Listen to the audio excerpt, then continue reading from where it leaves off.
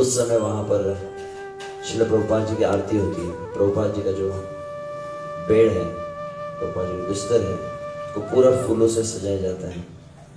जिस बिस्तर पर श्रील प्रभुपाद अंतिम समय थे और सभी प्रभुपाद के शिष्यों से सुनने मिलता है, वहां पर मुझे स्मरण है विशेष से, पिछले वर्ष मुझे याद है, परम पूज्य श्री लोकनाथ स्वामी महाराज थे, वे कह रहे थे इस बात को कि श्रील प्रभुपाद तिरुभाव दिवस की विशेषता क्या है। श्रील प्रभुपाद इस दिन अप्रगट हुए और यह वह दिन है जिस दिन श्रील प्रभुपाद हमारे जीवन में और अधिक प्रकट होते हैं। श्रील प्रभुपाद का और अधिक स्मरण होता है। हालांकि श्रील प्रभुपाद छोड़ कर गए, परंतु प्रभुपाद का स्मरण अधिक प्रगाढ़ होता है। तो फिर महाराज जी प्रभुपाद के शिष्यों का प्रभुपाद के प्रति जो भाव है, तो महाराज ने कहा कि बाकी सब दिन में अगर देखा जाए, साल में जितने भी दिन है उसमें यह एक दिवस जो है, श्रील प्रभुपाद जब हमारे साथ में थे, महाराज बता रहे थे, और उसमें अंततः श्रील प्रभुपाद तिरुभाव दिवस, यह जो दिन है, ये हमारे जीवन का ब्लैक डे है। प्रभुपाद हमें जब छोड़कर गए, यह हमें स्वीकार ही नहीं था। प्रभुपाद के शिष्यों के लिए उन्होंने कभी विचार ही नहीं किया था। तो आज के दिन हम श्रील प्रभुपाद जी का स्मरण वास्तविक देखा जाए केवल आज ही नहीं करना चाहिए। ध्यायंस्तु वंशस्य यशस्त्री संध्यम कहा गया है। और देखा जाए तो श्रील प्रभुपाद के जो अनुयायी हैं, जिन्हें प्रभुपादानुग कहा जाता है, उन्हें तो प्रत्येक कार्य में, प्रत्येक सेवा में, भक्ति के प्रत्येक अंग करते समय श्रील प्रभुपाद का स्मरण करना चाहिए। तो विषय से कई बातें हैं कहने के लिए तो, परंतु श्रील प्रभुपाद एक साधारण व्यक्तिमत्व नहीं है। साधु महात्मा कई हुए हैं, संत कई है, भिन्न भिन्न धर्मों में भी हुए हैं, परंतु श्रील प्रभुपाद के लिए कहना अतिशयोक्ति नहीं है कि न भूतो न भविष्यति। आज तक कई भक्त हुए हैं, द्वादश महाजन से लेकर षड गोस्वामी गण से लेकर सभी, परंतु श्रील प्रभुपाद जैसा न कोई हुआ था और न कोई होगा। भगवान श्री कृष्ण जब इस धरातल पर प्रकट हुए द्वापर युग के अंत में, और अंततः श्री कृष्ण ही जब अपने निज धाम को जाने लगे, उस समय बतलाया जाता है कि साक्षात मां भागीरथी गंगा प्रकट हुई है। यह वर्णन ब्रह्म वैवर्त पुराण में प्राप्त होता है, और वहां पर गंगा भागीरथी ने भगवान श्री कृष्ण से प्रार्थना की है, हे श्री कृष्ण, आप हे राधा रमण, हे रमण श्रेष्ठ, आप गोलोक जा रहे हैं, अपने निज धाम को जा रहे हैं, तो कृपया मुझे भी अपने साथ लेकर चलिए, क्योंकि जब श्री कृष्ण चले जाएंगे तो कलयुग का प्रारंभ हो जाएगा, और कलयुग में अत्यंत जघन्य पाप लोग करेंगे और संपूर्ण संसार अपवित्र हो जाएगा। और उस समय वर्णन आता है कि श्री कृष्ण ने स्वयं इस बात को भागीरथी गंगा को कहा है। विस्तार से देखेंगे, शायद कुछ लोगों को हम शाम के समय भी बताएंगे, परंतु उसका केवल सार अभी मैं कहूंगा, जहां पर श्री कृष्ण ने कहा कि हे गंगे, कृपया प्रतीक्षा करो, धैर्य धारण करो। कितने समय की प्रतीक्षा करनी है? तो स्वयं श्री कृष्ण कहे कि 5000 वर्षों की प्रतीक्षा करो, और 5000 वर्षों के पश्चात कलयुग में बहुत बड़ा एक परिवर्तन आने वाला है। इस घनघोर कलिकाल में स्वर्णिम युग का प्रारंभ होगा, और उस समय श्री कृष्ण कहे कैसे पता चलेगा? तो वहां पर भगवान कहे कि विशेष रूप से 5000 साल बाद क्या होगा? बोले संपूर्ण पृथ्वी पर। तो संपूर्ण पृथ्वी जब कहा तो उसमें म्यांमार भी आ गया, मंडले भी आ गया उसमें। संपूर्ण पृथ्वी पर एक छत्र वैष्णव साम्राज्य की स्थापना होगी। पूरा जगत में वैष्णव समाज स्थापित होगा, और पृथ्वी के प्रत्येक स्थान पर सर्वत्र वैष्णव लोगों के मतलब वर्चस्व हो जाएगा। और फिर जब गंगा ने पूछा कैसे पता चलेगा, कैसे पहचानेंगे, तो उसके कुछ लक्षण बताए कि वे जो वैष्णव वहां पर संपूर्ण जगत में रहेंगे, पूर्व जीवन में शायद उनके वो कुछ पाप उनके जीवन में होगा, परंतु बाद में वो वैष्णव बन जाएंगे। कैसे उनको पहचाना जाएगा? तो प्रथम लक्षण कहा मन मंत्रो उपासक। उनकी सबसे प्रमुख बात रहेंगी, वे सदा सर्वदा मेरे नाम का ही आश्रय लेंगे।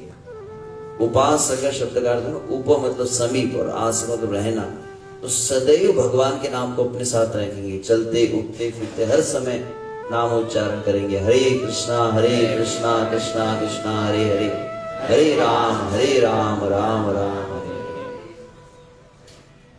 तीसरा लक्षण कहा कि मत उच्चिष्टा, कि वे जो भक्त संपूर्ण पृथ्वी पर छा जाएंगे, उनका क्या लक्षण रहेगा? उनका एक लक्षण रहेगा कि वे केवल और केवल मुझे अर्पण किए गए अन्न को ही ग्रहण करेंगे, केवल श्री कृष्ण प्रसाद को लेंगे और कुछ नहीं। चौथा लक्षण मत कथा कहा गया, मतलब वे प्रतिदिन नियमित रूप से श्रीमद् भागवत का पाठ करेंगे सर्वत्र।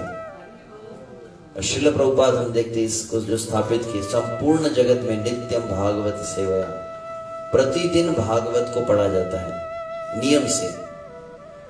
और तब श्री कृष्ण कहे कि ये भक्त जो संपूर्ण पृथ्वी पर छा जाएंगे, हे गंगा, ये भक्त जब संपूर्ण पृथ्वी में रहने वाले, मंडले में रहने वाले, जब भारत भूमि में पहुंचेंगे और जब गंगा में हरिद्वार में जाएंगे, प्रयाग में जाएंगे, तो गंगा को स्पर्श करेंगे। इन भक्तों के स्पर्श से गंगा भी पवित्र हो जाएंगी।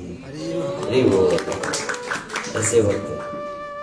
तो यह प्रथम संकेत यहाँ पर। और तब श्री कृष्ण कहे कि हे गंगा, यह जो भक्त छा जाएंगे धीरे धीरे संपूर्ण पृथ्वी पर फैल जाएंगे और फिर 10,000 वर्षों तक एक वैष्णव साम्राज्य की स्थापना होगी। पद्म पुराणोक्त भागवत महात्म्य में भी नारद मुनि भी इसको संकेत दिए हैं। जब नारद मुनि और भक्ति देवी का वर्णन है, वहां पर भक्ति देवी कहती है कि दक्षिण भारत में मेरा जन्म हुआ, महाराष्ट्र में मैं वृद्धि बड़ी, गुजरात में मैं बूढ़ी हो गई, और जब वृंदावन में आई तो मैं तरुणी बन गई, और ज्ञान वैराग्य जो है वो वृद्ध ही रहे। तो उस समय वहां पर भक्ति देवी ने भविष्यवाणी की है, जो अप्रत्यक्ष रूप से श्रील प्रभुपाद जी के लिए। पद्म पुराण में श्रील प्रभुपाद का कहाँ भविष्यवाणी है? कोई पूछे तो आप बता सकते हैं। पद्म पुराण भागवत महात्म्य में वहां पर भक्ति देवी क्या कहती है? पहला शब्द स्मरण नहीं है। विदेशम गम्यते मया, कि मैं इस भारत भूमि को, इस वृंदावन का त्याग करूंगी। और विदेशम गम्यते मया, अब जिनको संस्कृत भाषा एक समझ में आते होंगे, संस्कृत में 2 प्रकार के वाक्य होते हैं, तो क्या कहेंगे अब आप? संस्कृत में कर्तरी और कर्मणि कहते हैं। इंग्लिश में कहते हैं एक्टिव वॉइस, पैसिव वॉइस। मैं करूंगा इसको कहते हैं कर्तरी, और मेरे द्वारा करवाया जाएगा, मैंने प्रवचन दिया, ये हो गया कर्तरी। और गोविंदम प्रभु ने अपने कृपा से मुझसे प्रवचन कहलवाया, ये क्या हो गया? कर्मणि हुआ। तो भक्ति देवी क्या कहती है? विदेशम गम्यते मया, मुझे विदेश में ले जाया जाएगा। अब प्रश्न है, जब विदेश में ले जाया जाएगा तो विदेश में लेकर कौन जाएगा भक्ति को? तो अप्रत्यक्ष रूप से भक्ति देवी ने कहा मुझे विदेश में कौन लेकर जाएगा? तो श्रील प्रभुपाद वे है जो कृष्ण भक्ति को विदेश में लेकर जाएंगे। और फिर नारद मुनि वहां पर पद्म पुराण में कहते, गृहे गृहे जने जने अहम स्थापयिष्यामि, कि मैं तुम्हारी करवाऊंगा, स्थापना करवाऊंगा। तो संपूर्ण पृथ्वी में जितने घर है, तो उसमें मंडले के सभी घर आ गए क्या? और केवल घर नहीं कहा, गृहे गृहे जने जने, हर व्यक्ति के हृदय में भक्ति की स्थापना करवाऊंगा। तो भक्ति की स्थापना करवाऊंगा तो नारद मुनि किसके द्वारा करवाने वाले हैं? तो नारद मुनि श्रील प्रभुपाद के द्वारा संपूर्ण जगत के जीवों के हृदय में भक्ति की स्थापना करवाएंगे। हरि बोल।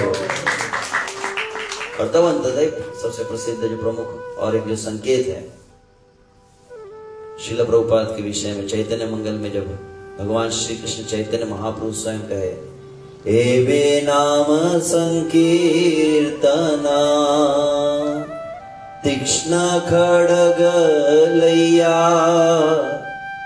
अंतर असुर जीवे फैलिवे काटिया।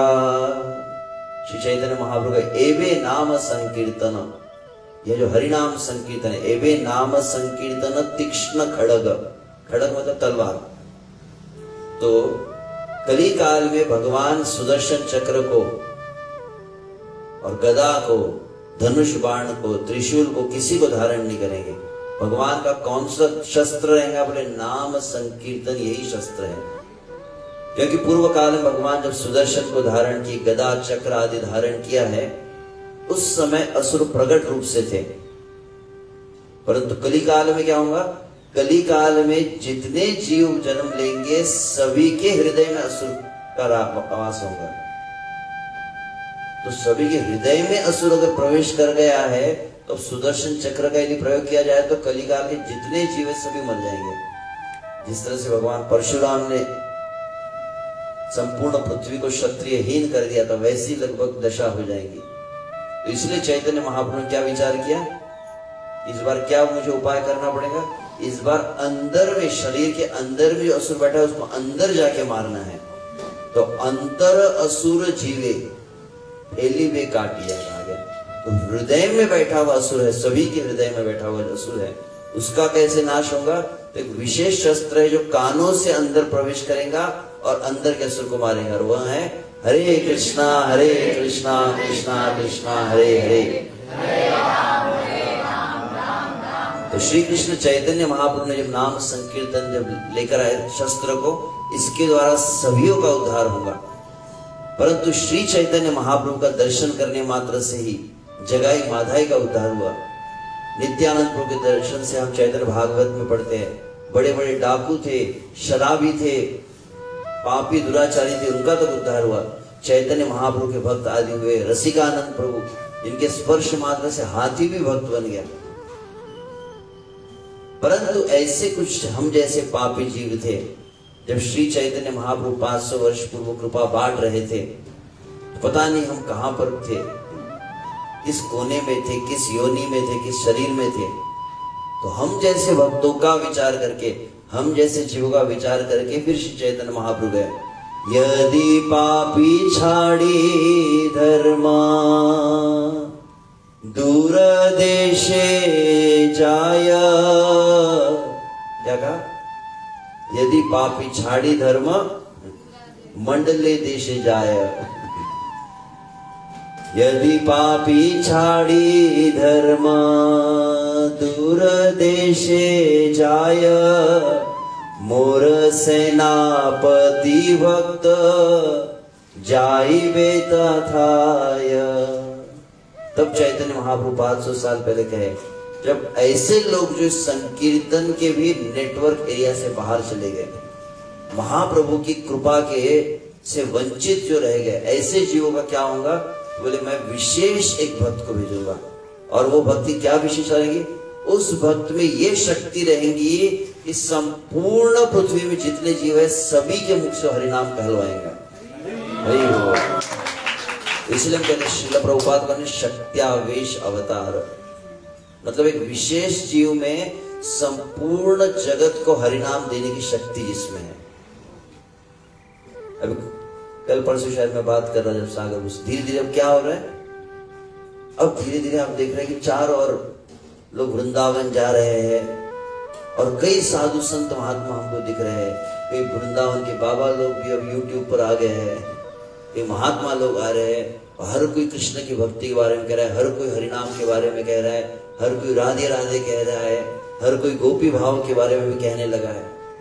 परंतु इन सभी में जितने महात्मा होंगे, जितने संत होंगे, जब वृंदावन में हम चर्चा कर रहे थे भक्तों से तो इस बात को है, इन सभी में केवल एक ही व्यक्ति है, और वो कौन है? श्रील प्रभुपाद।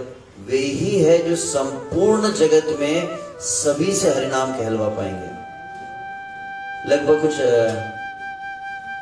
7-8 साल पहले की बात है। मैं लगभग प्रत्येक वर्ष कार्तिक मास में वृंदावन में ही रहते हैं, तो मैं वृंदावन में था और हमने एक कार्तिक मास में संकल्प किया कि हम भागवत पारायण करेंगे। भागवत पारायण मतलब संपूर्ण भागवत को पढ़ना, और 7 दिन में। तो वो नियम लेकर हम कुछ 4-5 ब्रह्मचारी सब मिलकर बैठे थे। हमने कहा हम भागवत को पढ़ेंगे। तो हम अपने मंदिर से फिर वृंदावन जा रहे थे, और वृंदावन में हमने विचार किया था कि हम 15 दिन रहने वाले, तो 7 दिन भागवत को पढ़ेंगे।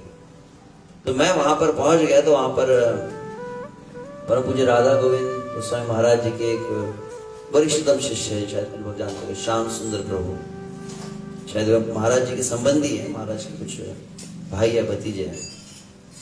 तो उनसे मैं मिला था, और वो मुझे काफी भागवत के विषय में बताते थे। एक समय मुझे याद है, लगभग 2001, 23 साल होगा, 24 साल पहले श्याम सुंदर प्रभु था, और मैं उनके साथ में ही था, प्रभु जी के साथ में, और परम पूज्य लोकनाथ स्वामी महाराज, तो भागवत पढ़ाते थे महाराज जी को। तो मैं उनके साथ बैठा था। मैंने कहा कि प्रभु जी, हमको 7 दिन में भागवत पढ़नी है, तो 2 उपाय है भागवत पढ़ने के। एक तो है कि श्रील प्रभुपाद जी का जो भागवत है केवल अनुवाद पढ़ना था, तात्पर्य नहीं, तात्पर्य साथ तो पढ़ नहीं सकते 7 दिन में, तो केवल अनुवाद पढ़ना है। तो 7 दिन में हमको भागवत पढ़नी है। तो प्रभुपाद जी का भागवत हम अगर पढ़ेंगे तो क्या होगा कि हमको प्रभुपाद जी का भागवत मतलब 18 किताबें हैं, पूरा बॉक्स उठा के लेके जाना पड़ेगा वृंदावन में, और फिर उसको पढ़ते समय भी पन्ने बहुत पलटाने पड़ते, बीच बीच में तात्पर्य आ जाता है, तो बहुत समय लग सकता है। एक शॉर्टकट है प्रभु जी, उन्होंने कहा क्या? गीता प्रेस गोरखपुर का भागवत आता है। गीता प्रेस गोरखपुर भारत में है, उसका भागवत आता है, जिसमें पूरा हिंदी अनुवाद एक ही किताब में आ जाएगा। उसको हम पढ़ सकते हैं, और अनुवाद में बहुत ज्यादा कुछ समस्या नहीं है, बहुत ज्यादा मायावाद जैसा कुछ है नहीं, बहुत कुछ काफी अच्छा ही, ठीक ही है, तो उसको हम पढ़ लेते हैं। तो मैंने प्रभु जी से पूछा, प्रभु जी कौन सा भागवत पढ़े? प्रभुपाद जी का भागवत है गीता प्रेस का। तो बोले कोई भी पढ़ सकते, चलेगा, चलो अनुवाद ही पढ़ना। हाँ। फिर अचानक प्रभु जी ने मुझे प्रश्न पूछा कि तुम भागवत क्यों पढ़ना चाहते हो, कार्तिक में क्यों ये संकल्प लिया? तो मैंने कहा क्यों पढ़ना, ऐसा कुछ सोचा नहीं। फिर मैंने ऐसे कहा कि हाँ, कार्तिक में भागवत पढ़ने से हरिनाम में रुचि प्राप्त होगी, भगवान की भक्ति में प्रगति होंगी। तो जैसे मैंने कहा कि हरिनाम में रुचि प्राप्त होंगी, तो मैंने कहा कि तुमको हरिनाम में रुचि चाहिए क्या? हाँ। फिर अगर हरिनाम में रुचि प्राप्त करनी है तो श्रील प्रभुपाद जी का ही भागवत पढ़ो। तब क्यों प्रभु जी? तो तब उन्होंने कहा क्योंकि प्रभुपाद जी के जो शब्द है उसमें एक विशेष शक्ति है। कौन सी? श्रील प्रभुपाद जी जो भी अनुवाद भी लिखे हो, तात्पर्य नहीं, प्रभुपाद जी के ग्रंथों के एक एक वाक्य में क्या विशेष शक्ति है? श्रील प्रभुपाद के शब्दों में शक्ति है कि किसी भी जीव के अंदर नाम निष्ठा प्रदान कर सकते हैं।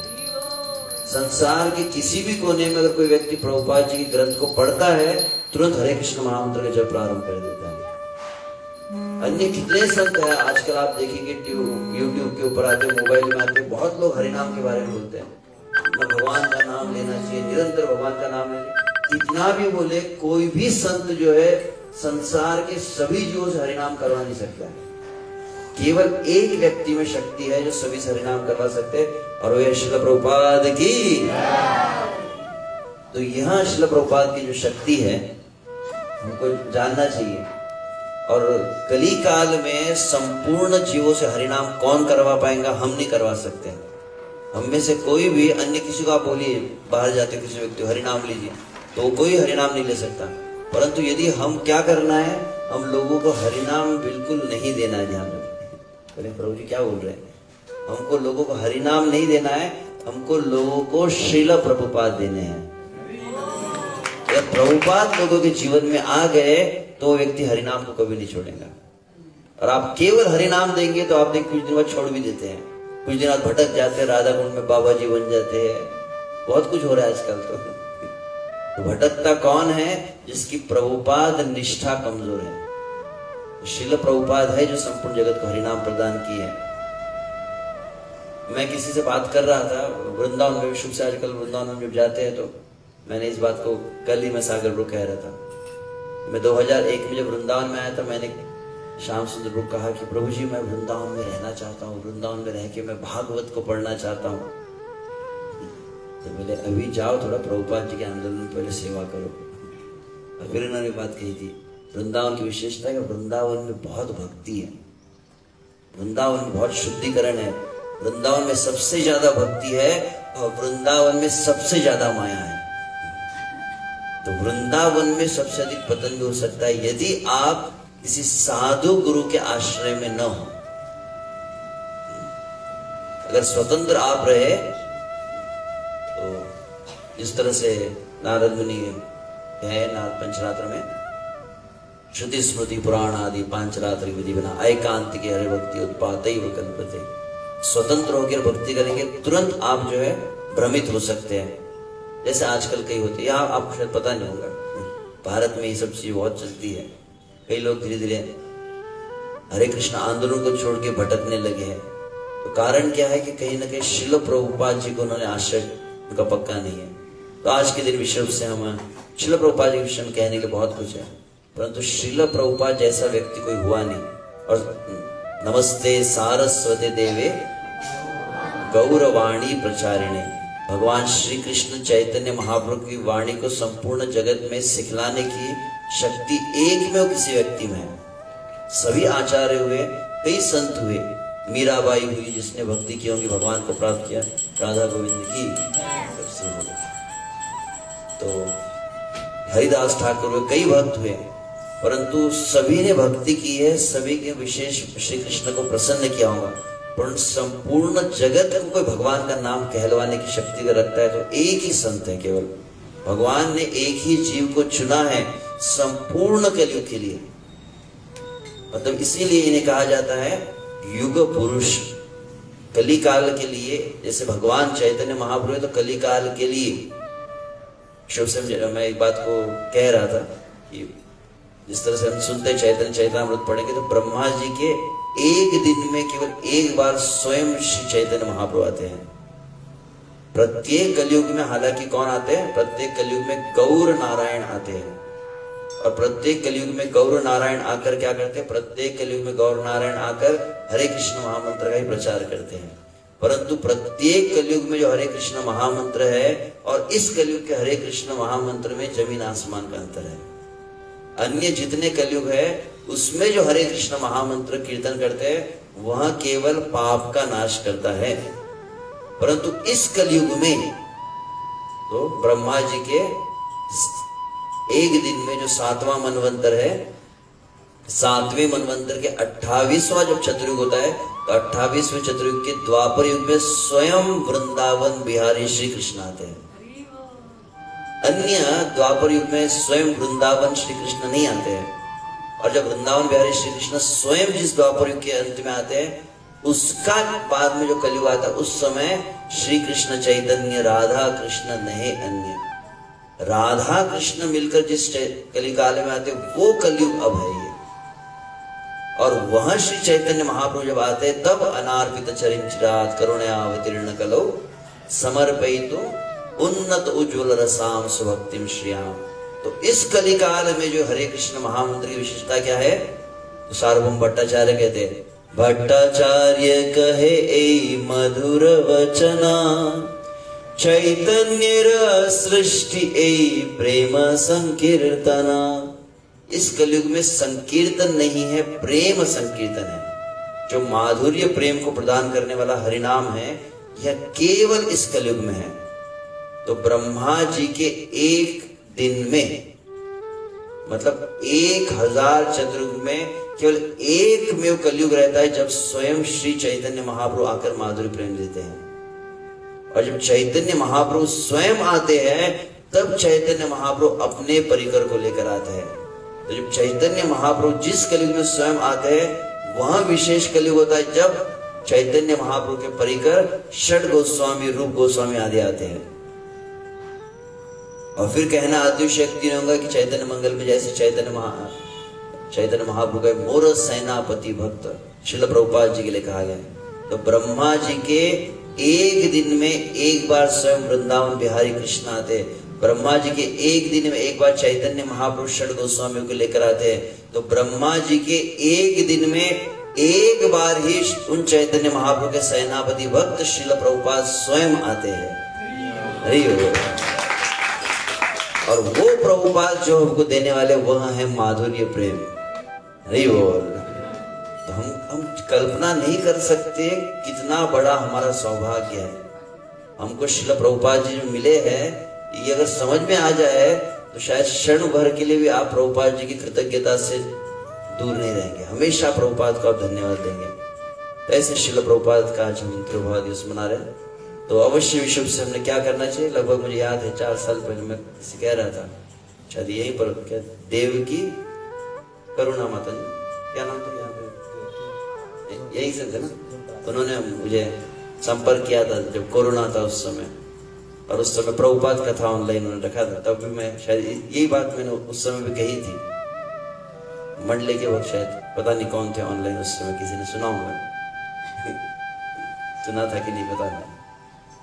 तो तब मैं भी इस बात को कहा था कि सबसे अधिक आवश्यक क्या है, सबसे अधिक आवश्यक श्रील जयपताका स्वामी महाराज कहते हैं कि संसार में अब श्रील प्रभुपाद कृपा से लोग कृष्ण को जानने लग गए। कृष्ण भावना बहुत फैली है, परंतु कृष्ण भावना के साथ में बहुत जरूरी क्या है, श्रील प्रभुपाद भावना को भी स्थापित करना।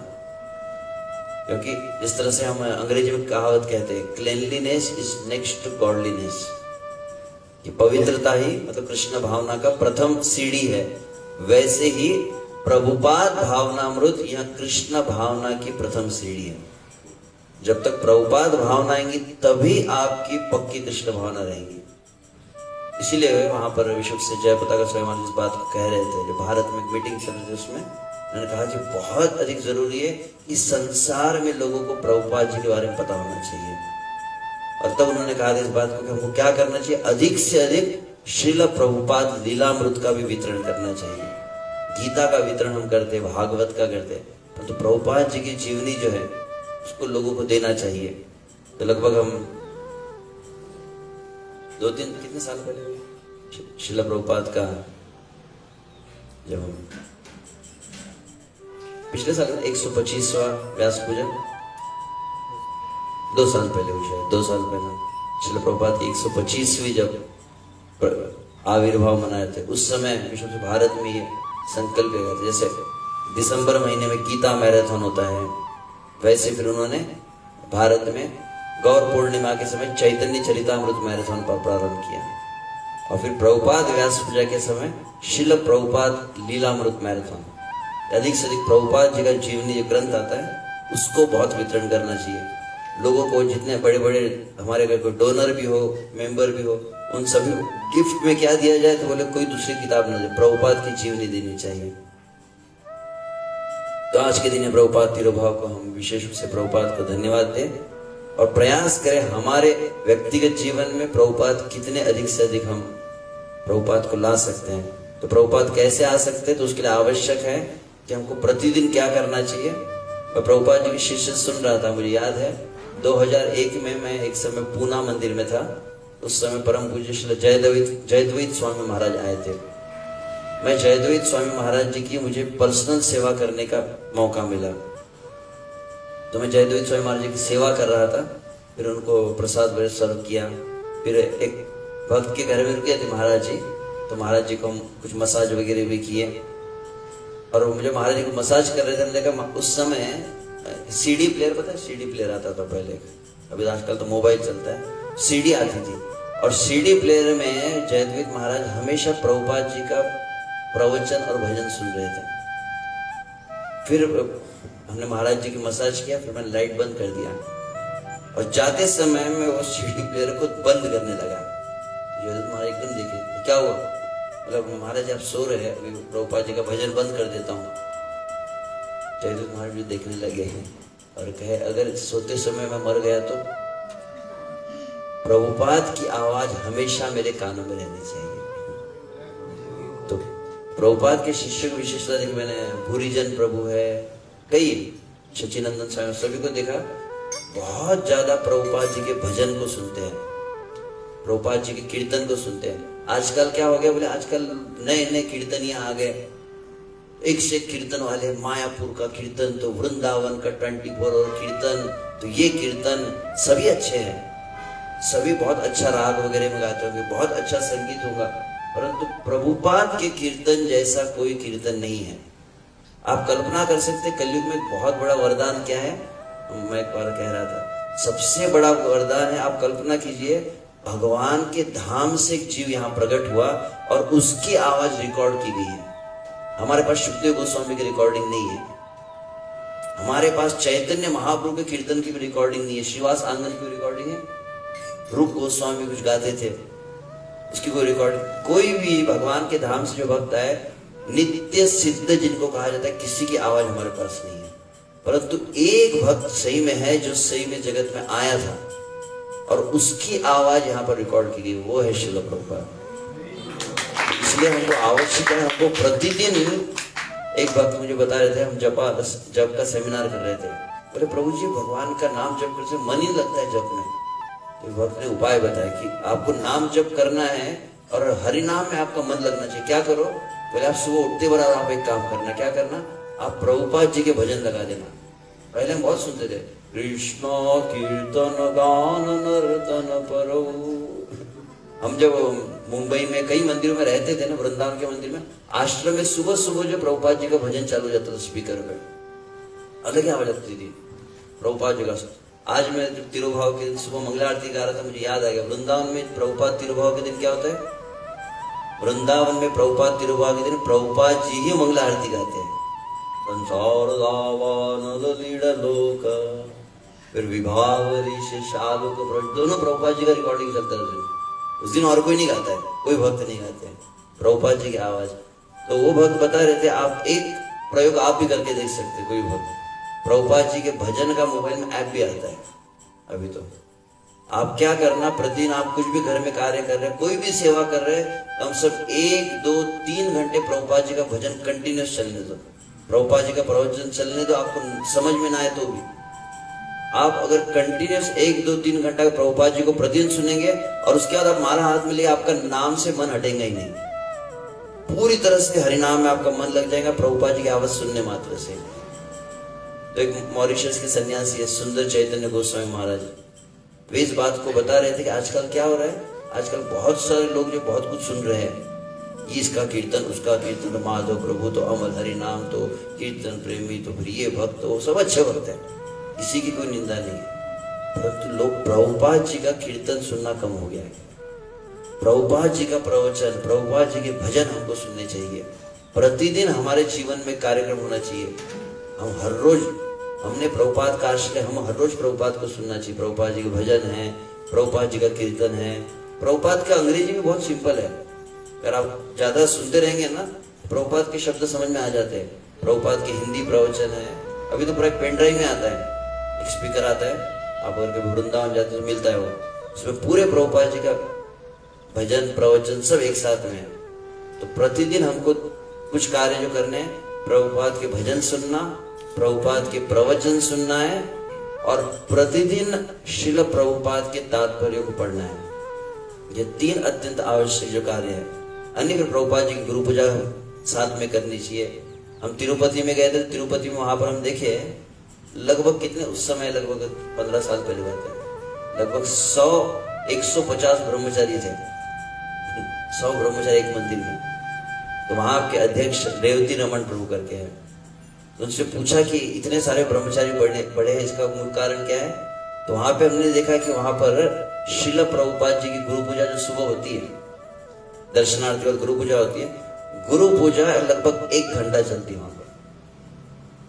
और वहां पर एक कंपल्सरी नियम क्या है, मंदिर में जितने भी भक्त हो और कभी साथ में न रहे, प्रभुपाद जी के सामने एक साथ मिलकर कीर्तन करना चाहिए सबने गुरु पूजा में। तो कहा जाता है जहां पर प्रभुपाद जी को अगर केंद्र बना दिया जाए तो वहां पर तुरंत यूनिटी आ जाएंगी। श्रील प्रभुपाद क्या कहे, तुम्हारा मेरे प्रति प्रेम कैसे दिखेगा, कितना एक साथ तुम रहते हो मेरे जाने के बाद। भक्ति करना आसान है, परंतु एक साथ रहकर भक्ति करना यह आसान बात नहीं है, क्योंकि कलयुग काल में तपस्या कौन सी है? कलयुग में हिमालय में जाकर तपस्या, कोई तप करना हुआ तपस्या नहीं है। कलयुग में कोई निर्जल उपवास कर रहे हैं तपस्या नहीं है। कली काल में भक्तों के संग में एकत्रित बने रहना यह सबसे बड़ी तपस्या है, क्योंकि कली मतलब कलह। कलयुग का सबसे प्रथम लक्षण क्या? कली सबको अलग करेगा। दो भक्त है, दो भक्त अलग हो गए तो कलयुग बोलता मेरा काम हो गया, बस भक्त अलग हो जाना चाहिए, कुछ भी वो साथ में न रहे। तो कलयुग में सबसे अधिक जरूरी क्या है कि हम एक साथ रहकर श्रील प्रभुपाद जी के आंदोलन में सहकार्य करना है। तो जिस तरह से हम इस बात को हमेशा कहते हैं कि कृष्ण को केंद्र बनाने से क्या होता है कि सभी में प्रेम एकता आ जाती है, वैसे ही श्रील प्रभुपाद को केंद्र अगर बनाते हैं, श्रील प्रभुपाद जी गुरु पूजा में साथ में रहते हैं, प्रभुपाद जी कथा में साथ में बैठते हैं, साथ में मिलकर प्रभुपाद जी ग्रंथों को पढ़ते हैं, ये अगर कार्य करे तो बड़े तुरंत संपूर्ण म्यांमार में भी यूनिटी और प्रेम और सहकार्य आ जाएगा। हरि बोल। तो आज के दिन संकल्प ये होना चाहिए कि हम प्रभुपाद जी के आंदोलन को, जिस तरह से परम पूज्य श्रील भक्ति चारू स्वामी महाराज कहते थे, दीक्षा होती है उस समय क्या संकल्प लेते हैं? क्या संकल्प होता है कि हम आजीवन, जीवन के अंतिम श्वास तक प्रतिदिन कम से कम 16 माला जप करेंगे, दूसरा 4 नियमों का पालन करेंगे, और तीसरा संकल्प रहता है हम कभी भी श्रील प्रभुपाद जी की इस्कॉन को छोड़कर नहीं जाएंगे। Never live ISKCON at any cost. यह भक्त चारू महाराज जी संकल्प करवाते थे। और विश्व से श्री लोकनाथ से हमारे जब दीक्षा देते उसमें उन्होंने उसको संस्कृत भाषा में उसका अनुवाद कर दिया, तो मंत्र ही हो गया यज्ञ के समय। दीक्षा के समय मंत्र होता है, उसमें हम कभी श्रील प्रभुपाद जी की इस्कॉन को छोड़कर नहीं रहेंगे। तो यह हमारे जीवन का संकल्प होना चाहिए, श्रील प्रभुपाद के प्रति अनन्य निष्ठा हमारी रहे, प्रभुपाद जी के आंदोलन के प्रति, यह अत्यंत आवश्यक है। हरे कृष्ण। श्रील प्रभुपाद तिरुभाव तिथि महोत्सव की, जगत गुरु श्रील प्रभुपाद की, मंडले भक्त वृंद की, अनंत कोटि वैष्णव वृंद की, राधा गोविंद देव की, जय गौर।